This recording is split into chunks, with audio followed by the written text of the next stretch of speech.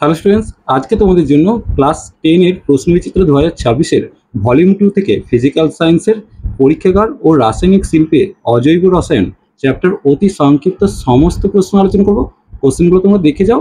এর মধ্যে মাধ্যমিকের কোশ্চেন ভরপুর আছে, কারণ এগুলোই মাধ্যমিকের কোশ্চেন আসছে, তোমরা জানো।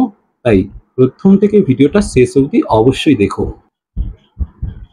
দেখো, তোমরা পেজ নম্বর খুলছো 839। প্রথম যে কোশ্চেনটা দিয়েছে, ইউরিয়া উৎপাদনে ব্যবহৃত দুটি পদার্থের মধ্যে একটি কার্বন ডাইঅক্সাইড, অপরটি কি? দেখো, ইউরিয়া তৈরি করতে আমাদের লাগে অ্যামোনিয়া এবং কার্বন ডাইঅক্সাইড। যেহেতু এখানে কার্বন ডাইঅক্সাইড দেওয়া আছে, তাই উত্তর হবে অ্যামোনিয়া। 23 সালের কোশ্চেন দেখতেই পাচ্ছ। অনুরূপ প্রশ্ন, ইউরিয়া উৎপাদনে দুটি পদার্থ ব্যবহৃত হয়, একটি অ্যামোনিয়া, অপরটি কি? এইমাত্র উত্তর করলাম কার্বন ডাইঅক্সাইড। পোলিয়ামের রাসায়নিক নাম কি? উত্তর হবে পাইরোসালফিউরিক অ্যাসিড, পাইরোসালফিউরিক অ্যাসিড।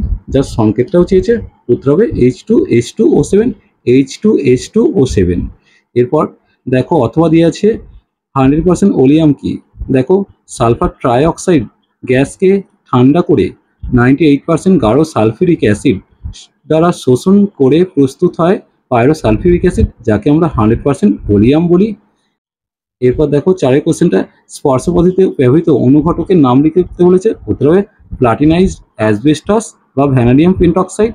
এর সাথে অথবা দিয়েছে, সালফার ডাইঅক্সাইডকে সালফার ট্রাইঅক্সাইডে রূপান্তরকরণের প্রক্রিয়ার কোন অনুঘটকটি বেশি উপযোগী? অবশ্যই ভ্যানাডিয়াম পেন্টক্সাইড অর্থাৎ V2O5। পাঁচের কোশ্চেন, রূপোর টাকা কোন গ্যাসের সংস্পর্শে এলে কালো হয়ে যায়? উত্তর হবে কি? হাইড্রোজেন সালফাইড অর্থাৎ H2S গ্যাসের সংস্পর্শে এলে। এর সাথে একই কোশ্চেন দিয়েছে, দেখো, বায়ুতে বর্তমান কোন গ্যাসের জন্য তৈলচিত্র কালো হয়ে যায়? উত্তর হবে হাইড্রোজেন সালফাইড বা H2S। এরপর মাধ্যমিক 19-এর কোশ্চেনটা দেখে নেবো।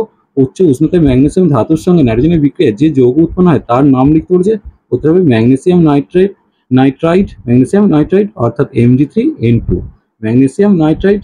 এরপর দেখে নেবো আমরা 7-এর কোশ্চেনটা, বলছে লেড নাইট্রেটকে জলীয় দ্রবণে কি দিয়েছে? লেড নাইট্রেটকে জলীয় দ্রবণে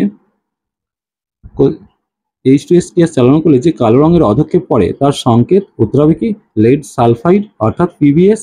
এরপর দেখে নাও, নাইট্রোজেন গঠিত একটি সারের নাম ও সংকেত। উত্তর হবে ইউরিয়া, CONH2 এরপর দেখে নেব কি দিয়েছে।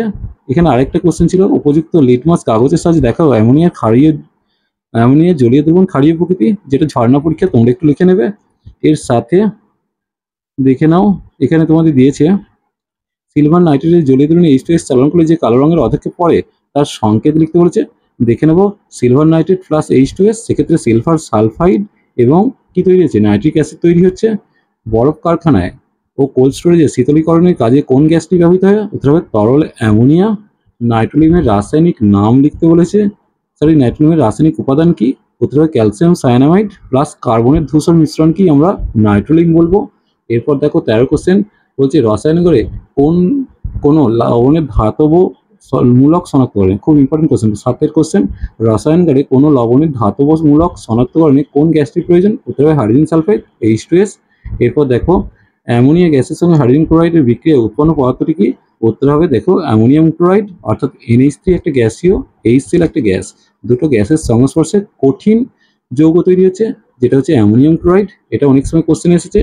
এরপর দেখো, H2S শুষ্ককরণ P2O5 ও গাঢ় H2S এর মধ্যে কোনটি গ্রহণযোগ্য? অবশ্যই P2O5 গ্রহণযোগ্য, কারণ গাঢ় H2S কি? তীব্র জারক অ্যাসিড, ফলে উৎপন্ন H2S কে জারিত করে সালফার ডাইঅক্সাইডে পরিণত করে দেয়। যেহেতু এটা তীব্র জারক, তাই H2S ব্যবহার না করে আমরা P2O5 ব্যবহার করব। 16-র কোশ্চেন দেখে নেবো, ফেরিক ক্লোরাইডের জলীয় দ্রবণে অ্যামোনিয়ার জলীয় দ্রবণ যোগ করলে যে অধক্ষেপ পড়ে তার সংকেত। দেখে নেবো, ফেরিক ক্লোরাইড মানে FeCl3, তার সাথে 3 অণু NH4OH অ্যামোনিয়াম হাইড্রক্সাইড যোগ করলে ফেরিক হাইড্রক্সাইডের অধক্ষেপ হচ্ছে, অ্যামোনিয়াম ক্লোরাইড তৈরি হচ্ছে। এরপর দেখে নেবো সালফান কি? সালফান হচ্ছে একটা পলিমার, যা সালফার ও ক্লোরিনের সংমিশ্রণে তৈরি করা হয়। এরপর 18 কোশ্চেন, সোডিয়াম হাইড্রক্সাইড দিয়ে ক্ষারীকৃত হাইড্রোজেন সালফাইড দ্রবণে কয়েক ফোঁটা সোডিয়াম নাইট্রোক্সাইড জলীয় দ্রবণ যোগ করলে দ্রবণের বর্ণের কি পরিবর্তন হবে? দেখো, দ্রবণটি প্রথমে বর্ণহীন দ্রবণ ছিল, সেখান থেকে বেগুনি বর্ণের দ্রবণ তৈরি হবে। এটা অনেকে মেলিনের বিক্রিয়া নামেও পরিচিত, বা এর সংকেত দেখে নাও Na4FeCN5NOS। এরপর দেখো 19-এর কোশ্চেন, অ্যালুমিনিয়াম ক্লোরাইডের জলীয় দ্রবণে অ্যামোনিয়ার জলীয় দ্রবণ যোগ করলে যে অধক্ষেপ পড়ে তার সংকেত। দেখে নাও AlCl3 প্লাস 3 অণু অ্যামোনিয়াম হাইড্রক্সাইড, অ্যালুমিনিয়াম হাইড্রক্সাইডের অধক্ষেপ হচ্ছে, এটা তীর চিহ্ন নিচের দিকে দেবে। এরপর দেখে নাও, অ্যামোনিয়াম ক্লোরাইড তৈরি হচ্ছে, বিলেয়মান রং কি? অ্যামোনিয়ার ক্ষারীয় জলীয় দ্রবণে ফেনোলেথলিন যোগ করলে দ্রবণের গোলাপি বর্ণ ধারণ করে, একেই বিলেয়মান রং বলে। কিছুক্ষণ পর কি হচ্ছে, এই অ্যামোনিয়া বাষ্পীভূত হয়ে উড়ে যায় বা উবে যায়, সেই জন্য দ্রবণের প্রশম হয়, ফলে দ্রবণের বর্ণ সাদা হয়ে যায়।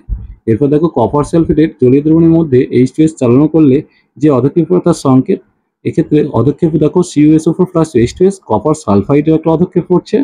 এরপর দেখে নাও এর পরের কোশ্চেন দেখো কি দিয়েছে, ক্ষীপযন্ত্রে কি ধরনের গ্যাস প্রস্তুত করা হয়? উত্তর হবে সাধারণ তাপমাত্রায় তরল বিক্রিয়কের সঙ্গে কঠিন বিক্রিয়কের বিক্রিয়ায় ক্ষীপযন্ত্র প্রস্তুত করা হয়। এরপর দেখো গ্যাস থার্মিটারে কোন গ্যাস ব্যবহার হয়? উত্তর হবে নাইট্রোজেন।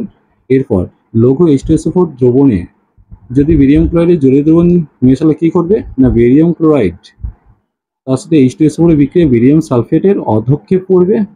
এরপর বজ্রপাত হলে বায়ুমণ্ডলে নাইট্রোজেন অক্সিজেন বিক্রিয়ায় কোন যৌগ উৎপন্ন হয়? উত্তর হবে নাইট্রোজেন ডাইঅক্সাইড অর্থাৎ NO2 তৈরি হচ্ছে। এরপর অ্যামোনিয়া থেকে উৎপন্ন একটি জৈব সারের নাম ও সংকেত, উত্তর হবে জৈব সারের নাম হচ্ছে ইউরিয়া, তার সংকেত CONH2. এরপর অসওয়াল পদ্ধতিতে নাইট্রিক অ্যাসিড শিল্প প্রস্তুতিতে ব্যবহৃত অনুঘটক, উত্তর হবে প্লাটিনাম, রোডিয়াম, তারজারি।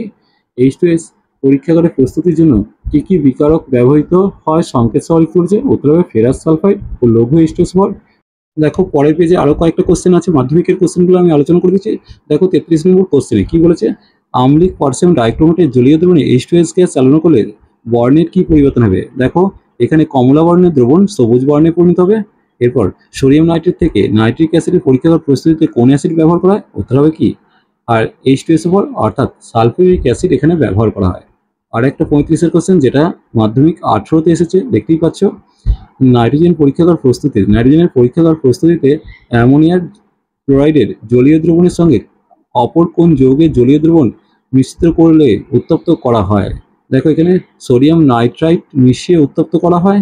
এরপর আমরা চলে যাব বিয়ের দাগে। দেখো শূন্যস্থান পূরণ, এখানে কয়েকটা মাধ্যমিকের কোশ্চেন দিয়েছে, শূন্যস্থান পূরণ দিয়েছে, মাধ্যমিক পরীক্ষাতেই এসেছিল।